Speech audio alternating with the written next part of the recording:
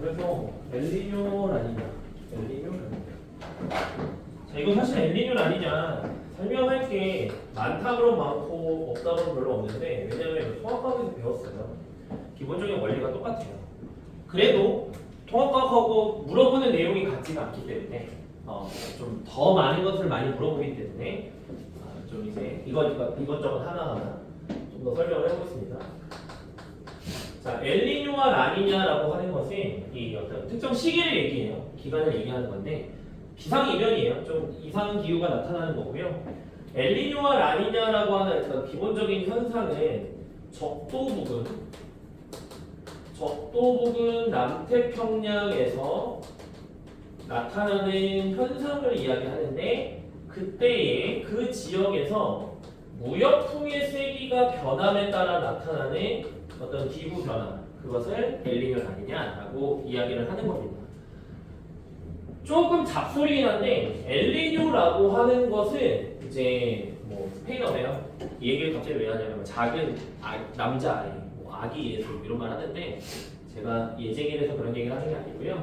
그 이제 남미 대륙. 그러니까 우리가 지금 이제 요 엘니뇨 라니냐 이제 배경을 좀 설명을 하자면 배경이라는 게 지구적인 배경, 다른 거 말고 남태평양에서 서쪽에는 오스트레일리아랑 그다음에 인도네시아 어떤 땅이 있고 동쪽으로 가면 이제 페루, 칠레 같은 이제 그 남미 대륙이 있는 거예요. 우리는 항상 거기를 무대로 설명을 할 건데 그 엘니뇨라고 하는 말 어원 자체가 남미 대륙에서 이제 남미 대륙은 다 스페인어를 쓰고 카톨릭을 믿어요. 그래서 조금 다른 때보다 평년보다 기온이 좀 높아진 시기가 있습니다. 그때 예수님이 도와주시거나 뭐 이런 식으로 해서 엘니뇨 현상 이렇게 이름을 붙인 거예요.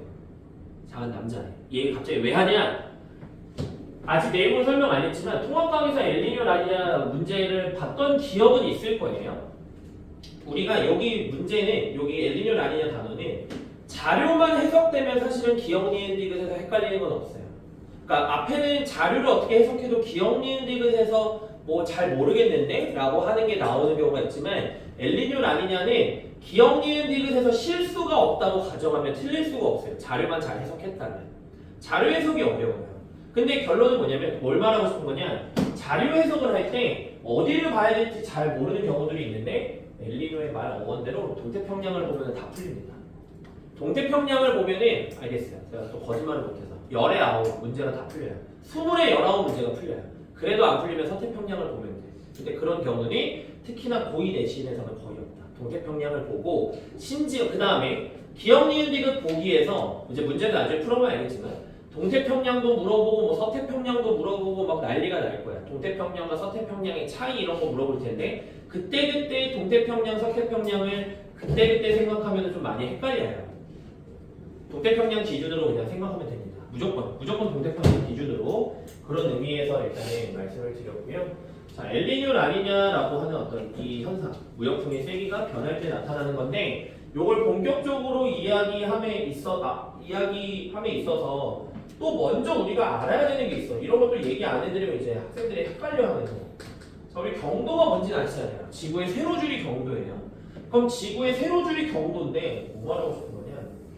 여기서 이야기하는 적도 부근 남태평양이라고 하는 것은 대략적으로 이제 동경 한 120도 정도에서 그 다음에 서경 한 120도 정도 넓게 잡으면 그 정도 사이에서 일어나는 현상인데 우리가 그냥 이렇게 보면 동경이 동쪽이고 서경이 서쪽이네? 아니에요. 동경이 서쪽이고 서경이 동쪽이에요. 갑자기 뭔 소리야? 이것 때문에 얘기하는 거야. 빠르게 보세요 그냥. 자, 지구가 이렇게 있습니다. 구의 형태로. 지구가 구의 형태로 있는데 우리가 이야기한 이 남태평양의 무대는 여기 지금 내가 바라보이는 그 앞쪽 면이잖아요. 됐나요? 경도라고 하는 거는 뭐 영국의 이제 그린치 천문대를 기준으로 동쪽 0에서 180도, 서쪽 0에서 180도인데 그게 저 지구 뒤쪽에 있는 거예요. 이 태평양 반대쪽에. 그래서 여기에서부터 이렇게 넘어오고 여기에서부터 이렇게 넘어오는 거예요. 그러니까 서쪽이 동경이고 동쪽이 서경이에요. 나중에 문제 보면은 무슨 말인지 아실 거고. 그러니까 우리 그냥 지도 보면 왼쪽이 서쪽, 오른쪽이 동쪽 아니야? 왼쪽이 서쪽, 오른쪽이 동쪽이잖아요. 지구를 보면 오른쪽 위를 북쪽으로 놓고 아래를 남쪽으로 놓는 게 국룰이잖아요. 그걸 뒤집는 짓거리는 안 해요. 그래서 왼쪽이 서쪽, 오른쪽이 동쪽이다. 그대로 가면 됩니다. 자, 먼저 그러면 엘니뇨 라니냐 현상을 설명하기 위해서 우리가 먼저 평상시의 상황을 나타내봐야 되겠죠. 평상시의 상황, 일단 서쪽의 서태평양과 동태평양. 서태평양이 대략 동경 한 120도 정도, 100에서 120도 정도. 그 다음에 그러니까 서경 한 120도 정도, 100에서 120도 정도인데 그냥 쉽게 갈게요. 여러분들이 경도를 외워야 되는 건 아니에요. 자, 평상시에는 무역풍의 세기가 어느 정도 있기 때문에 이 무역풍을 따라서 북쪽도 해류가 흐르게 되고, 실제로 그래서 동태평양에서 서태평양 쪽으로 해수가 이렇게 흐르게 됩니다. 그러니까 서태평양 쪽에 해수가 모이게 되고요. 실질적으로 경사가 발생해요. 인공위성으로 보면 서태평양의 해수면이 더 높아요. 실제로 관측이 됩니다. 그래서 조금 더 자세히 얘기하자면 동태평양에 있는 대기 이제 무역풍에 의해서 따뜻한 해수가 상대적으로 서태평양 쪽으로 이동을 하는 거죠. 그럼과 동시에 경사가 지니까 여기에서 흘러내려오기도 해요. 그럼 적당하게 어떤 위치에서 따뜻한 해수가 많이 모이게 되고, 그 지역에서 상승기류가 강하게 일어나게 되면서 공기의 순환을 만드는데 이런 순환을 우리는 워커 순환이라고 불러요. 처음 나오는 용어입니다. 워커 순환이라고 부릅니다. 그리고 이때 워커 순환을 구성하고 있는 지표를 따라서 부는 이 바람이 무역풍인 거예요. 됐죠? 워커 순환에 의해서 상승기류가 형성되는 구역, 구름이 많이 낄 거고요, 비가 많이 내릴 겁니다. 기본적인 형태를 얘기하는 겁니다. 자, 그럼 평상시에 동태평양의 따뜻한 해수가 서쪽으로 이동했어. 그러면 밑에 있는 차가운 해수가 어떻게 돼야 돼? 위로 용승해서 올라와야 되겠죠?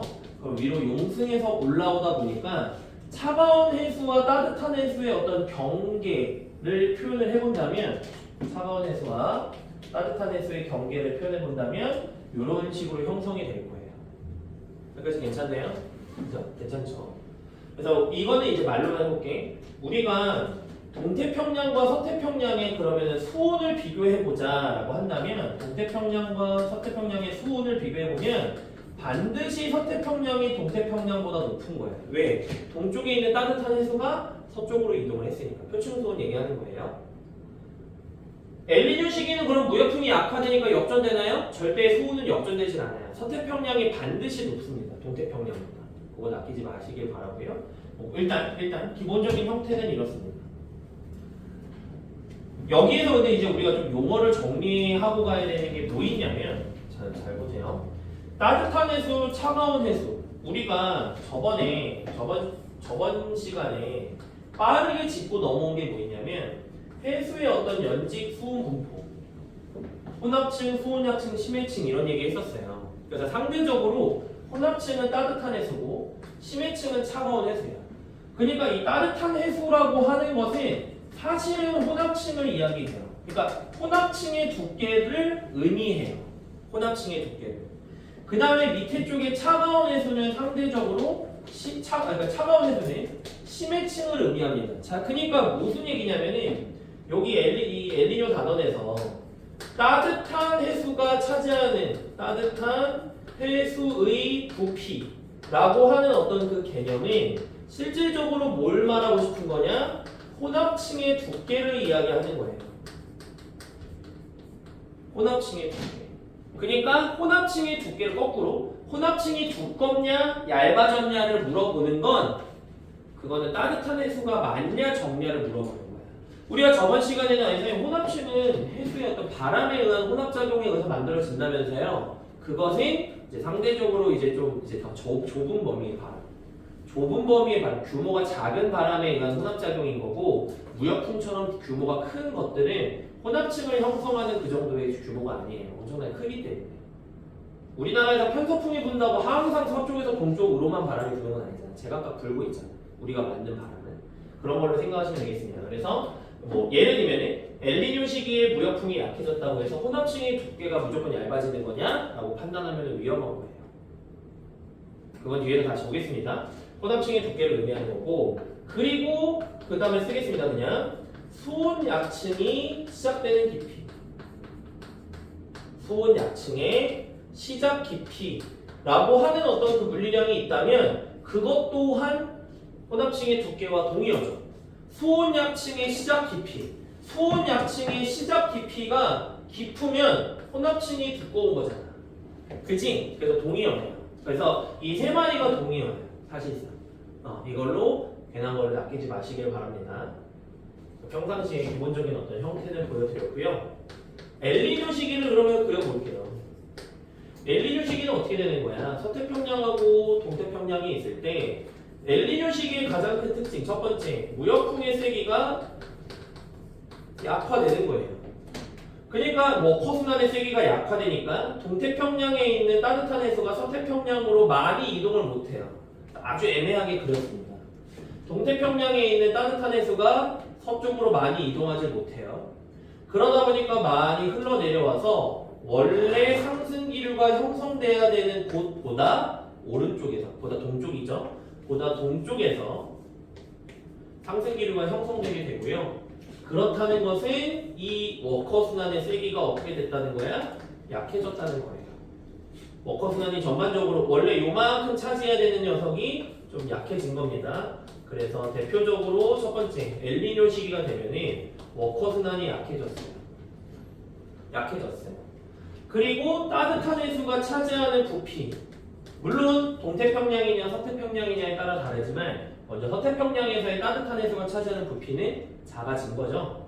그죠? 그러니까 이 어떤 따뜻한 해수와 차가운 해수의 어떤 경계 완만해지고요. 동태평양의 따뜻한 해수가 많이 이동하지 않으니까 동태평양에서의 용승도 약화되는 거예요. 용승이 약화됩니다. 됐습니까? 그러면 아까 방금 이야기했던 거를 다시 물어볼까요? 엘니뇨 시기에는 동태평양 혼합층의 두께가 어떻게 되는 거야? 라고 물어봤을 때 엘니뇨 시기는 무역풍이 약해졌네? 그러면 혼합층의 두께가 얇아졌겠네 하면 틀린 거죠? 다시 얘기할게요. 엘니뇨 시기에 동태평양에서 따뜻한 해수가 차지하는 부피는 증가했잖아요. 그러니까 혼합층의 두께도 어떻게 된 거야? 증가한 거야. 무역풍의 세기랑은 관련이 없다는 뜻인 거예요. 되셨죠? 그죠? 그죠? 그래서 기본적으로 이렇게 되는데 여전히 이런 엘니뇨 현상이 나타나더라도 수오는 그럼에도 불구하고 서쪽이 동쪽보다, 서태평양이 동태평양보다 높은 겁니다. 됐나요? 그죠? 기본적인 상황은. 그래서 설명은 이거 어떤 대강의 어떤 내용은 다 한 거야. 라니냐는 어차피 반대니까 굳이 그릴 필요도 없어. 라니냐는 그냥 반대 상황이니까. 워커순환이 세지는 거니까. 보시네? 기본적인 내용은 됐고요. 문제를 풀 건데 이따가 그 문제 들어가기 전에 하나 또 설명해야 되는 게 뭐 있냐면 여기쯤부터 이제 엘니뇨 라니냐부터 이제 슬금슬금 편차라고 하는 것을 많이 이야기하면서 꺼내옵니다. 편차라고 하는 것은 뭐냐면 일반적으로 관측값 빼기 평년값을 우리는 보통 편차라고 표현을 하고요. 지구과학에서 편차는 양수값이냐 양값이냐 음값이냐 두 가지로 나타내요. 자, 예를 들어 보겠습니다. 예를 들어서 엘니뇨 시기에 동태평양 원래는 뭐 제대로 하자면은 문제에서 아마 적도 부근 동태평양 뭐 이런 식으로 줄 거예요. 적도 부근 동태평양 표층수온 편차가 어떻게 됐느냐라는 어떤 문제가 있더라 라고 가정하는 거야. 엘니뇨 시기에 동태평양 표층수온은 높아졌어요? 낮아졌어요? 높아진 거잖아. 따뜻한 해수가 조금만 갔으니까. 그러면 엘니뇨 시기에 동태평양 표층수온 편차는 뭐라고 표시할 거야? 양값이야 라고 표현을 하는 거죠. 반대로 서태평양 표층수온 편차는 어떻게 되는 거야? 음값이야 라고 표현을 하는 거예요. 됐습니까? 그러면 정확하게 양수값과 음값이 나왔기 때문에 엘니뇨 시기에 동태평양의 표층수온 편차와 서태평양 표층수온 편차 중에서 누가 더 큰 거야? 얘가 더 큰 거야. 양수값이니까 절대값이 아니라 그냥 양수고 음수니까 양수가 더 큰 거잖아. 그래서 얘가 더 큰 거예요. 그런 식으로 물어보는 것도 아끼지 마세요. 그러니까 이게 생각을 해보시면 되겠고 개념을 하나만 더 얘기하겠습니다. 그러니까 우리가 또 알아야 되는 거 남방진동이라고 합니다. 엔소라고도 하는데 남방진동이라고 하는 거는 말을 어렵게 생각할 필요가 없이 남태평양 남쪽 방향에서 그러니까 남태평양에서 남동무역풍이 불잖아. 그 남쪽 방향에서 진동이라고 하는 것이 엘니뇨와 라니냐가 계속 반복돼요. 완벽한 주기가 있는 건 아닌데 뭔가 주기적으로 몇 년을 계속 해가지고 반복돼. 그런 식으로 진동하듯이 반복된다. 그래서 그걸 남방진동이라고 하는 거고 남방진동이라고 하는 어떤 이 엘니뇨 라니냐 현상을 과학자들 박사님들은 알고 싶은 거야. 뭘 알고 싶냐? 올해가 예를 들면 평상시인지 엘니뇨식인지 라니냐식인지 알고 싶다라고 가정해 봅시다. 왠지 잘 이해는 안 되지만 알고 싶다고 쳐. 그럴 때 무엇을 가지고 엘니뇨인지 라니냐인지를 판단하냐면 수온을 가지고 측정하는 거는 조금 제한이 있어요. 왜냐하면 표층 수온은 조금 변화가 너무 크기 때문에 변화폭이 크기 때문에 보통 해면 기압을 가지고서 측정을 해요. 그런데 그 해면 기압은 어떤 걸 어디에서 측정을 하느냐라고 했을 때 자, 서태평양과 동태평양이 있으면 섬이 두 개가 있습니다. 서태평양에 다윈섬이라고 하는 곳이 있고 다윈 아저씨 이름 따서 사실은 중앙태평양인데 우리는 그냥 서와 동으로 나눠서 동태평양으로 표현을 해요. 그래서 다윈섬, 그 다음에 다윈섬, 그 다음에 타히티섬, 그죠? 갑자기 생각이 안 났어요. 타히티섬. 이 두 곳에서 이제 그 해면 기압을 측정을 하는 거예요. 그래서 엘니뇨인지 라니냐인지를 발표하는 거예요. 그치? 여기에 있는 어떤 그 관측 기구에서 그때 발표하는 값을 남방진동 지수라고 합니다. 괜찮나요? 남방진동 지수는 근데 어떻게 구하느냐라고 했을 때 조금 복잡해. 일단 쓸게. 표준 편차분해. 정석을 먼저 쓰겠습니다. 표준 편차분해. 타히티에서 타히티 섬 뺄게요. 타히티의 해면 기압 편차 빼기 다윈섬의 해면 기압 편차를 뺀 값이야. 개 같죠? 근데 우리 잘 보세요. 분모 표준 편차라는 거는 지워버려도 돼. 분모 지워버려도 돼. 편차도 사실은 굳이 생각할 필요 없이 타히티 섬이라고 하는 거 뭐야? 그냥 동태평양으로 치환을 하세요. 다윈섬이라고 하는 거는 뭐야? 그냥 서태평양으로 치환을 하는 거야. 그래서 이거 식을 바꾸면 그냥 동태평양에서 동으로 동그라미 치겠습니다. 해면 기압.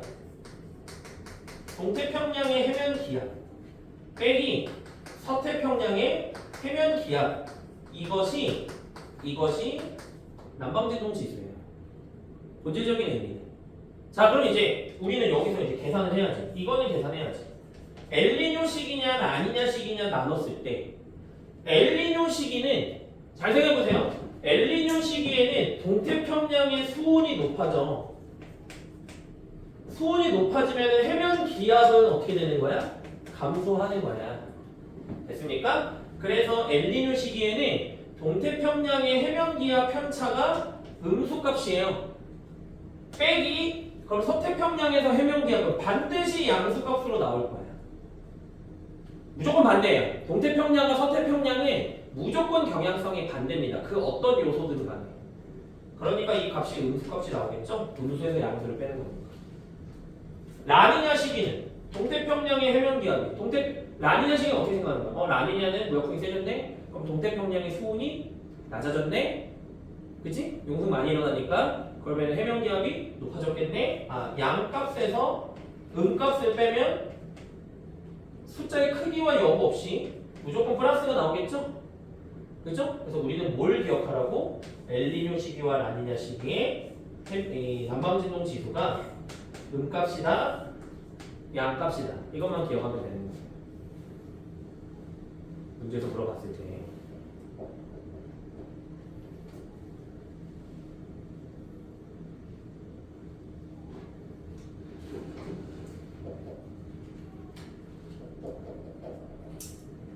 됐습니까? 조금 그래서 엘니뇨 라니냐 여기는 조금 개념 자체는 많이 이야기하는 게 막 얘기할게 막 없어요. 라니냐는 제가 그리진 않긴 했지만 뭐 막 얘기를 막 깊게 할 거 없어. 자료를 많이 봐야 돼. 자료를 많이 보고 문제를 많이 풀어보면서 기억에 대해서 얘기하는 게 그렇게 어려운 건 없구나라는 순간까지 문제를 많이 풀어보시면 대부분 해결이 될 겁니다. 근데 기본적인 원리는 그렇습니다. 자, 근데 여기에서는 제가 하나만 좀 이제 이게 내신이다 보니까 시험 범위가 갈려서 좀 제가 뭔가 예측하기 어려운 게 뭐냐면 학교마다 다를 만한 게 엘니뇨 라니냐에서 학교에서 만약에 선생님이 시험 문제를 조금 그래도 비중 있게 내고 싶다라고 하면은 제가 지금 언급한 이 물리량만 가지고 내지 않고 예를 들면 이런 거 얘기할 수 있겠죠? 엘니뇨 시기에 동태평양의 수온이 높아져요. 그 얘기는 구름의 양이 많아지겠죠? 됐습니까? 그럼 상대적으로 구름의 두께가 두꺼워지겠지? 원래보다. 그럼 구름의 두께가 두꺼워지면 예전에 기상 영상 했던 거 기억나세요? 뭐 가시 영상, 적외 영상. 가시 영상은 구름이 두꺼우면 밝은색이야. 적외 영상도 높으면 밝은색이야. 그거 가지고서 또 더 물어볼 수도 있죠. 근데 더 개같이 내고 싶다. 그러면 기상 영상 이척해놓고 이 해수면에서 방출되는 적외선으로 낚시를 걸 수도 있겠죠. 왜냐면 수온이 높아진 거는, 그러니까 구름이 두껍게 발달했다는 거는 구름 최상부에서 기상 영상으로 봤을 때 구름 최상부에서는 적외선이 조금 나와요. 근데 수온이 높아졌다라는 거는 해수면에서는 적외선이 많이 나와요. 그래서 기상 영상으로 본 어떤 그 적외선 방출량의 수온 높아졌을 때 낮아진 거고, 그냥 해수면에서 방출되는 적외선이라고 하는 값은 더 많아진 거고, 그런 식으로 물어볼 수 있는 거예요. 이거 문제를 이제 풀어보시면 되겠습니다. 문제를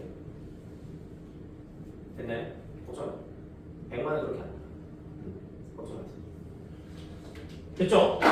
좋습니다. 저희는 잠깐 쉬었다가 가겠습니다.